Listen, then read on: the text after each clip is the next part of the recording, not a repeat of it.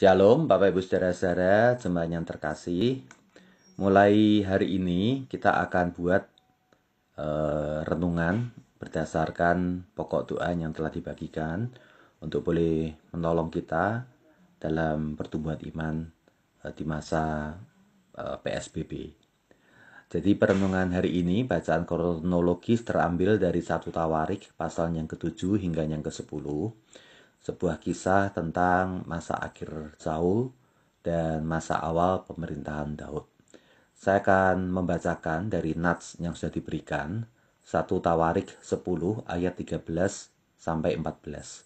Dikatakan demikian, demikianlah Saul mati karena perbuatannya yang tidak setia terhadap Tuhan, oleh karena ia tidak berpegang pada firman Tuhan, dan juga karena ia telah meminta petunjuk dari arwah dan tidak meminta petunjuk Tuhan. Ada 3 kali kata Tuhan disebutkan di sini, semuanya memakai huruf besar Tuhan yang berbicara menunjuk pribadi Yahweh, Allah yang menjadi penyelamat Israel. Dikatakan Saul mati karena perbuatannya yang tidak setia terhadap Tuhan. Ia tidak berpegang pada firman Tuhan. Ia tidak meminta petunjuk Tuhan. Bapak Ibu, manusia adalah makhluk rohani yang mewujud dalam badan jasmani. Kita ini bukan sekedar makhluk jasmani yang memiliki roh. Kita bukan binatang yang punya roh, tapi justru sebaliknya, kita adalah makhluk rohani yang mewujud dalam badan jasmani. Segala tindakan kita berasal dari roh macam apa yang ada pada diri kita. Saudara, Saul, menurut pandangan jasmani atau pandangan dunia, dia adalah orang yang tampak baik. Dia dari awal tampak penuh karisma sehingga orang terpesona.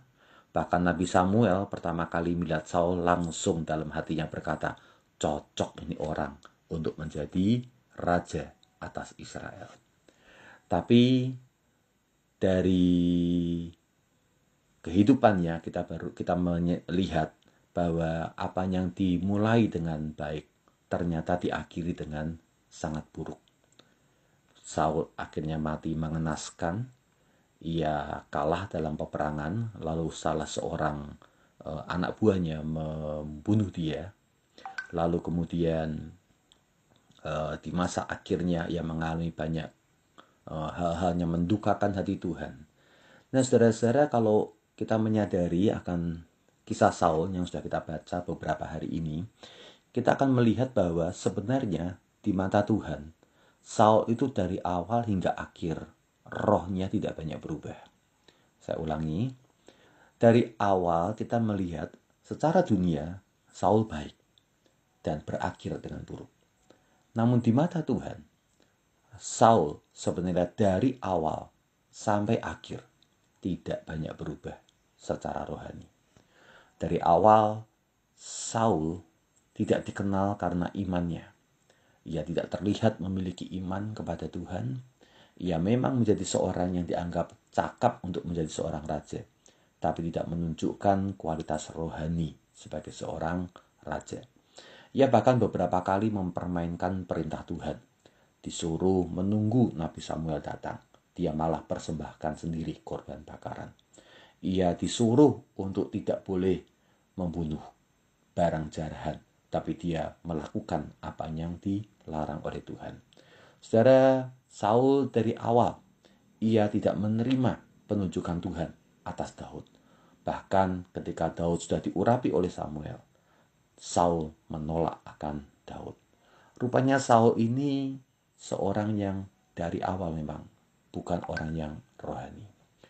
Hari ini saya ingin mengajak kita untuk memikirkan sejenak apakah kita sungguh menjadi pribadi yang cukup rohani. Bagaimana roh kita di mata Tuhan.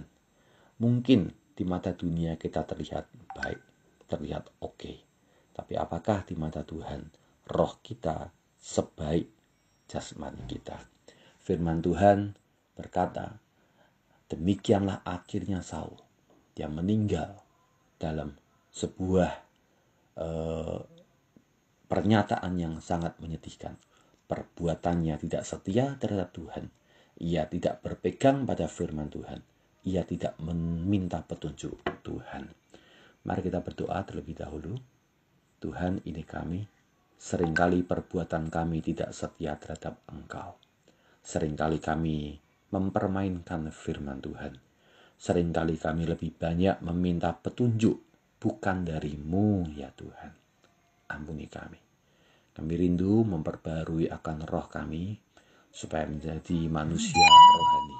Manusia yang mencari petunjuk Tuhan, yang melakukan setiap firman Tuhan, dan yang didapati setia kepada Tuhan. Dalam nama Tuhan Yesus, amin. Bapak Ibu, silakan melanjutkan dengan 2 pokok doa yang telah diberikan dalam panduan kita.